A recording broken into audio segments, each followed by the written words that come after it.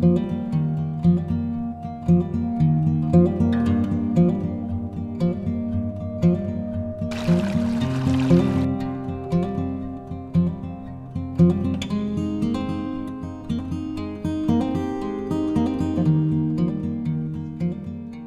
everyone, this is John Gomez. So welcome to my YouTube channel Turning Vlogs.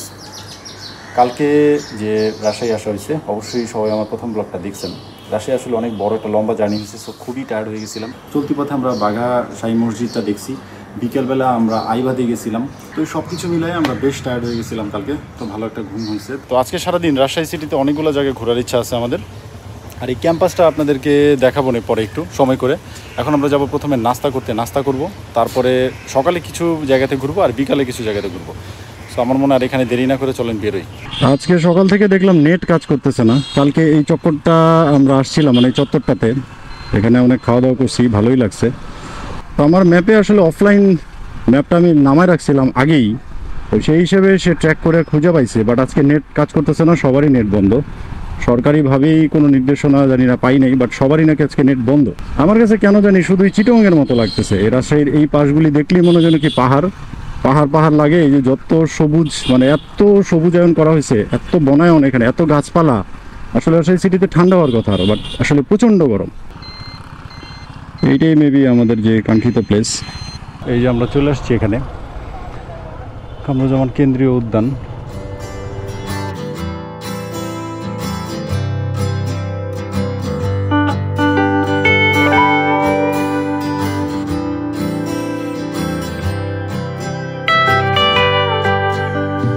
এরিয়াটা আসলে বিশাল বড়। এই পাশে একটা পার্ক, সামনে চিড়িয়াখানার মতো আছে। তো দেখি ঘুরা কতটুকু শেষ করা যায়। মনে হয় না ঘুরা পুরোটা শেষ করতে পারবো। এবার যে সুন্দর পানির আছে, লেকের মতো আছে, এটাও দেখতে খুব সুন্দর লাগতেছে।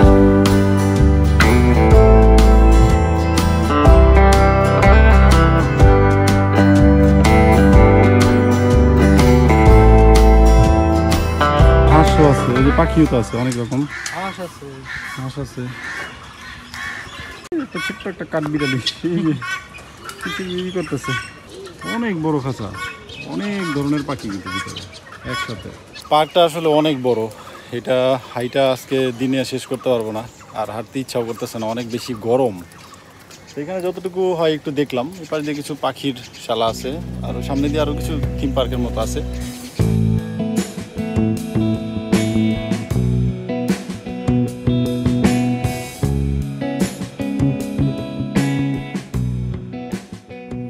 এদিক দিয়ে অনেক বড় হরিণ আছে, বেশ অনেক হরিণ ওই যে দূরে।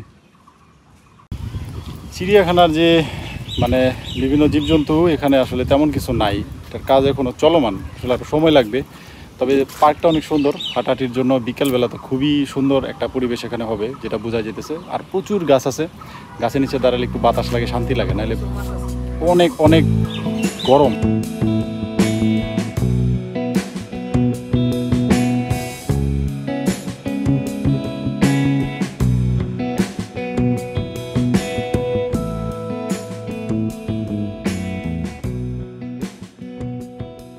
রাজশাহীর রাস্তাঘাটগুলি ঘুরে খুবই ভালো লাগছে, এত সুন্দর পরিষ্কার পরিচ্ছন্ন, খুব গোছানো লাগছে আমার কাছে। বিকাল নাগাদ আমরা টি বাদের দিকে যাবো, ইচ্ছা আছে। ওইটা ঘুরে ফিরে কালকে আবার বনপাড়া ফিরে যাবো আমরা। আমি ওই রাস্তা থেকে উপরের দিকে উঠাই দিছি, যে একটু আস্তে আস্তে এই পাশটা একটু ঘুরে দেখি কেমন লাগে। আমার কাছে সুন্দর লাগতেছিল রাস্তাটা, মনে হতেছে কেমন জানি পাহাড়ের উপরে এরকম একটা ফিল আসতেছে।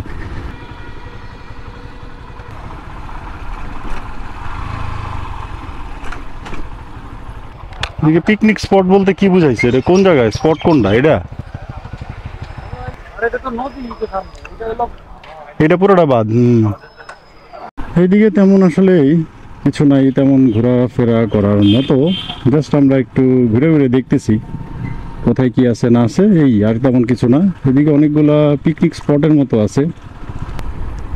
এই জায়গাটা থেকে সুন্দর, অনেক দূর পর্যন্ত এই দেখা যায়, নদী দেখা যায়।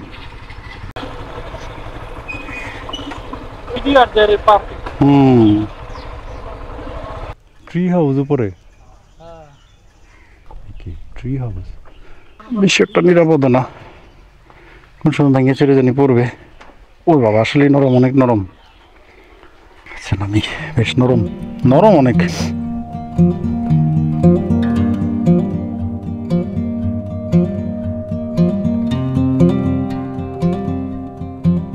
সীমান্তে অবকাশ যেই পিকনিক স্পটটা আসলে অনেক বড় একটা জায়গা নিয়ে করছে। এখানে প্রায় 500-1000 মানুষ তো নর্মালি পিকনিক করতেই পারবে, অনেক বড় জায়গা।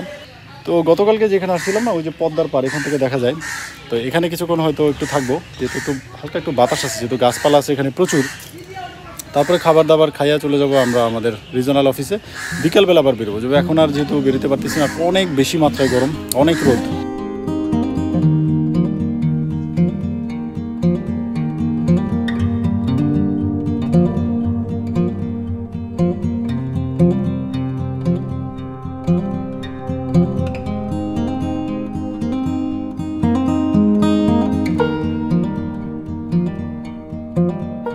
আমরা যে রুমগুলোতে ছিলাম সেটার একটু ভাড়াটাও দিলাম, আর হলো যে পুরো ক্যাম্পাসটাও একটু ঘুরে ঘুরে দেখলাম। উপরে যে নতুন ভবনটা, ওই যে যেটা আমরা তো যেটা আগে ছিল এই ভবনটা, যেটাতে আমরা গেস্ট হাউস, যেটা হলো আগের ভবন, এটাতে আমরা থাকছি। নতুন ভবনটা আসলে খুব সুন্দর করে করছে, খুব গোছানো পরিপাটি। এদিক দিয়েও আসলে অনেক বড় জায়গা। এই যে দিক দিয়ে বেশ গাছগাছরা, বাগান, আমের চারা আছে এখানে অনেক সুন্দর সুন্দর, অনেক বড় বড় আম ধরছে।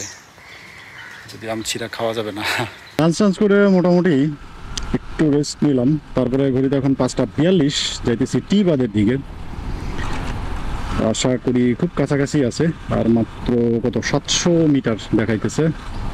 তো আমরা উপরে উঠা এদিক দিয়ে দেখতে দেখতে যাই বাঁধটা আসলেই সুন্দর। এটা বোঝা যাইতেছে আসলেই যে পদ্মা, আর ওই পাশে ইন্ডিয়াতে এটা হয়তো অন্য নামে পরিচিত, যেটা আমাদের কাছে পদ্মা। যদি এই বাঁধটা না দেওয়া হইতো তাহলে অবস্থা খুবই খারাপ হয়ে যেত। মানে মাইন্ড ব্লোয়িং সুন্দর, সত্যি কথা। এত অসাম একটা জায়গা, এত সুন্দর লাগতেছে দেখতে, বইলা বোঝানো সম্ভব না। মানে এই উপর দিয়া দেখতে দেখতে যাওয়ার একটা অন্যরকম মজা। সো আমরা ওই পাশটা দিয়ে উপরে উঠে গেছি। সামনে মেবি টি বাঁধের গেট আছে, তো ওই গেটে যাই আমরা বসবো। তো তার আগে এখানে একটু দাঁড়াইতে পারি। এখানে কি দাঁড়াবি? কালকে আমাদেরকে ওই আইবাদ থেকে বারবার বলতেছিল যে স্যার বোটে করে চলেন, টি বাঁধ দেখা নিয়ে আসি। তার মানে এটার কথাই বলছে। এই যে কালকে সেম একটা বাঁধ, আইবাদ, যেটাতে আমরা গেছিলাম। এখানে বোটে করে এই পর্যন্ত নিয়ে আসে, আবার ওই পাশে একটু ঘোরানো যায়। তবে ওই পাশে ইন্ডিয়ান সাইড, সো বেশি একটা মনে হয় না যাওয়া যাবে।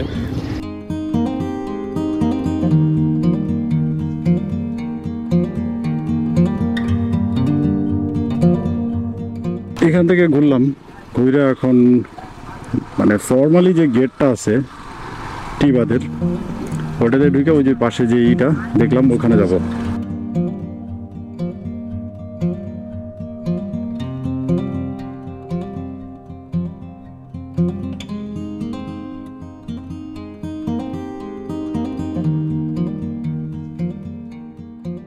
টি বাঁধ, আইবাদ নামকরণের বিষয়টা যেটা বুঝলাম, যে কালকে যে আইবাদটা জাস্ট লম্বা একটা এরকম মানে সিমেন্ট দিয়ে পাকা করা, এটা আইবাদ বলতেছে। আর এটা টি এর শেপ আছে এরকম করে, মানে এরকম করে একটা টি এর শেপ দেওয়া আছে, এই জন্য এটা টি বাঁধ নামকরণ করছে, শর্ট ফর্ম মেবি এগুলা। তো আইবাদ আর টি বাঁধের এতটুকু পার্থক্য আমি বুঝতে পারছি। তবে টি বাঁধটা আইবাদের থেকে আমার বেশি ভালো লাগছে আর বেশি সুন্দর। এটার এত বড় বিস্তৃত এলাকা পুরাটা দেখা যায়, মানে পদ্মার একটা বিশাল অংশ এখান থেকে দেখা যাইতেছে, অনেক বড়, অনেক বড়। ওই উপরটা থেকে নিচে নামছি আমরা মাত্র। জায়গাটা সুন্দর। হ্যাঁ, ছবি তুলে দিব না।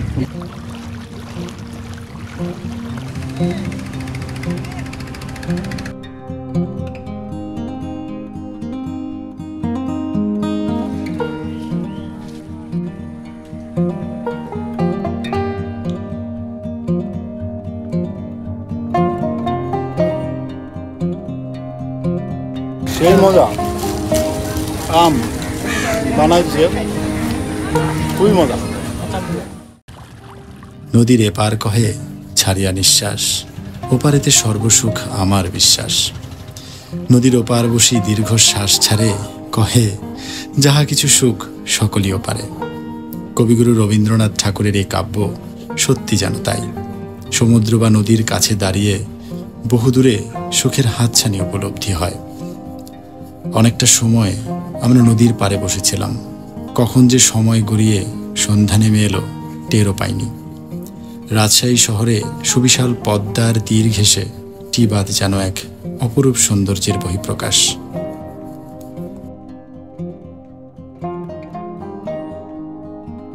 এখন যেতেছি আমরা মরমুড়িয়া বাজার বলে জায়গাটার নাম। সেখানে কালাই রুটির একটা ভালো দোকান আছে। রাজশাহীতে কালাই রুটি আর হাঁসের মাংস খুবই ফেমাস। আসলে অন্য আরেকটা পাশ দিয়ে যাইতে হবে, আমার ম্যাপে এরকমই দেখাইতেছিল। আসলে আমরা এদিক দিয়ে যাব। তবে একটা জিনিস বইলা রাখা দরকার যে আমরা যে সময়টা এখানে আসছি, এখানে কোটা ভিত্তিক যে আন্দোলনটা চলতেছে এখন এটা সারা বাংলাদেশ ব্যাপী চলতেছে। তো মনে হলো যে আসলে একটু বলে রাখা দরকার যে একটা সময় যখন ব্লগটা দেখবো অনেকদিন পরে তখন মনে থাকবে যে হ্যাঁ এই সময়টা আসছিলাম রাজশাহীতে। খুব গন্ডগোল হইতেছিল দুপুরবেলা একটা জায়গায়, তো এর জন্য আমরা ওখানে একটা স্পট আমরা আসলে কুইট করছি, বাদ দিছি, যাই নেই।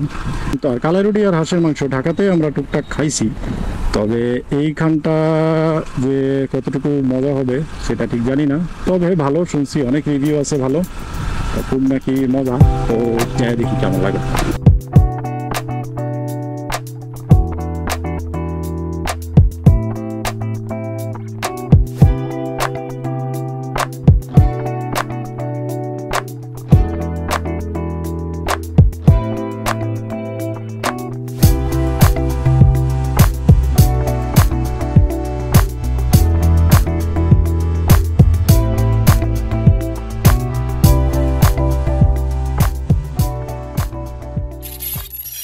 আইসা পড়ছি আমাদের ডেস্টিনেশনে। কালাই রুটির আড্ডা যেখানে গেছিলাম সেখানে খাবার খেয়ে খুবই ভালো লাগছে, খুবই মজা। 120 টাকা করে নিছে হাঁসের মাংস আর 50 টাকা করে রুটি। শেষ করতেছি, দেখা হবে কালকে সকালে। So tata. Hello everyone, good morning. আমাদের বাইকগুলা রাত্রে এখানেই ছিল। তো যেটা হয়েছে, ঘড়িতে বাজতেছে মোটামুটি 6:45। ভাবছিলাম আরও পরে বেরোবো 8টার পরে, বাট প্রচণ্ড বৃষ্টি, এই যে মেঘ করছে এদিকে দেখেন, অনেক একেবারে কালো হয়ে গেছে পুরো আকাশ। তো আমরা ভাবতেছি আর দেরি না করে চটপট বেরোয় যাই, কারণ আমরা এখন পুটিয়া রাজবাড়ি হয়ে তারপরে যাব বনপাড়া। সো আমার মনে হয় এখানে দেরি না করি, চলেন বেরোয় পড়ি। আমরা একেবারে পুটিয়া রাজবাড়ির সামনেই আছি। এখন একটু এই যে সামনেই পুটিয়া রাজবাড়ি দেখা যাইতেছে। তো ওই দিকে আর ব্লগে আপনাদের সাথে আসি নেই। বাবা, এখানে কি কোনো মেলা হইতেছে কিনা, মেবি কোনো প্রোগ্রাম চলতেছে, এর জন্য এরকম অবস্থা। এইটা হলো পুটিয়া রাজবাড়ি, কত সুন্দর দেখেন। বিশাল বড়, গেটে ঢুকতে দিবে কিনা এখন জানি না, পালা দেওয়া কিনা। ঘড়িতে সময় হলো 8:30। তো আমরা এই পুটিয়া রাজবাড়ির সামনে তো আসছি। এখন এটা খুলবে 9টায়, আর এখানে রথযাত্রা হয়েছে কদিন আগের জন্য বিশাল বড় মেলা বসছে। এই মাঠটা সচরাচর খোলা, মানে একদম ওপেন থাকে। এর আগে যখন আমি আসছি মাঠটা ওপেন ছিল। তো নাস্তা করে আসি আগে, তারপরে ভিতরে যাব সময় হলে।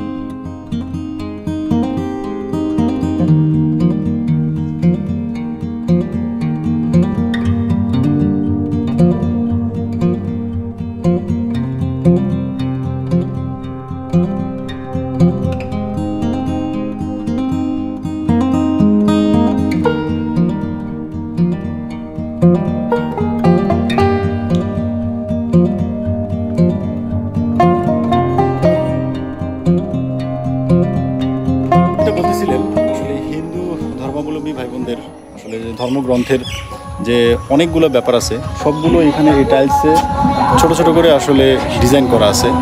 চলতেছে শিব, দুর্গা, কার্তিক, গণেশ, লক্ষ্মী, সরস্বতী, কালী। আর বাইরে রথ দেখলেন না, এদের যে উপলক্ষে মেলা, বলরাম, জগন্নাথ, সুভদ্রা। আমার ভিতরে বিগ্রহ আছে। এই ভাণ্ডার ভিতরে আছে আপনার ঘোল, দুজনে টানতেছে, ঘোলে থেকে নমি বা মাখন হবে। এদের কৃষ্ণ খাওয়ার জন্য বসে আছে। আর এইটা 71-এর পাক বাহিনীরা ওইটা ককটেল মারছিল, ওইটা খাইতে খাইতে পড়ে গেল।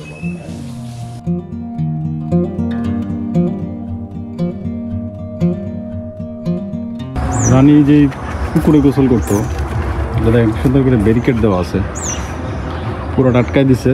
যেহেতু এনে মেয়েরা গোসল করছে, সেক্ষেত্রে কি সুন্দর করে ব্যারিকেড, এরকম আসলে আমি কখনো দেখিনি, প্রথম দেখলাম। আমি এর আগে আসছি বাট এত কিছু দেখিনি। ওইটা রানীমহল, মেবি ওইটাই রানীমহল হবে হিসাবে। এটা হলো রানীমহল, বাট এটার প্লাস্টারটা দেখে মনে হতেছে এটা সংস্কার কাজ করছিল। এত সুন্দর এরিয়াটা, সামনে তো দেখলেন যে ঘাট বাঁধানো পুকুর, তার জন্য তারপরে যে সুন্দর করে সব বাউন্ডারি করছে। এত সুন্দর একটা পরিবেশ ভিতরটায়, মানে আসলে এর মন ভরে যাবে। রানীর রাজমহলের আসলে ফ্রন্ট সাইডটা একটু ছোটো ছোটোই লাগতেছে আমার কাছে। রানীর রাজমহল আর একটু বড় হলে ভালো হতো মনে হয়। তারপরেও যে বড় এরিয়া নিয়ে করছে, আসলে একা রানীর জন্য বলবো যে বেশ বড় জায়গা। তো আসি পুটিয়ার রাজবাড়িতে, এখন আসি রানীমহলে। আমরা তো সুন্দর একটা জায়গা থেকে আপনাদের কাছ থেকে বিদায় নিব, ব্লগটা এখানে শেষ করব। রাজশাহী সফরের আমার 2 দিনে যতটুকু পারলাম ঘুরলাম, এবং এখানে আইসা আজকে রাজশাহী সফরটা মোটামুটি শেষ হবে। এরপরে আমরা যাব এখান থেকে পাবনা হয়ে বনপাড়া, দেন ঢাকায় ফিরে যাব। সো পাবনা আর বনপাড়া নিয়ে আলাদা একটা ব্লগ থাকবে, সেটা অবশ্যই দেখবেন আশা করি। আর কিছু সমস্যা ছিল যেটা আপনাদেরকে আগেই বলছি, সো এর জন্য সব জায়গা হয়তো কভার করতে পারিনি, যতটুকু পারছি আপনাদেরকে দেখাইলাম। আশা করি ভালো লাগছে। So till then be safe, be healthy. আর যারা আমার চ্যানেলটাকে এখনও সাবস্ক্রাইব করেন নাই, প্লিজ সাবস্ক্রাইব করে হয়ে যাবেন আমার ফ্যামিলি মেম্বার। আর ভিডিওটা যদি ভালো লেগে থাকে তাহলে প্লিজ লাইক, কমেন্ট করবেন এবং শেয়ার করবেন। So tata. পুটিয়া রাজবাড়ি থেকে বেরোলেই সামনে অনেকগুলো মন্দির আছে। এখানে একটা শিব মন্দির আছে, হয়তো এটা একটু দেখে যাব। দেখি, এখানে হয়তো ঢুকতে দেবে না, মেবি এটা একটু রেস্ট্রিক্টেড, আটকানো আছে। বাট মন্দিরটা অনেক সুন্দর লাগছে আমাদের কাছে, তখনই দেখছিলাম। বড় শিব মন্দির, না গেট তো খোলা আছে, যাওয়া যাবে আশা করি।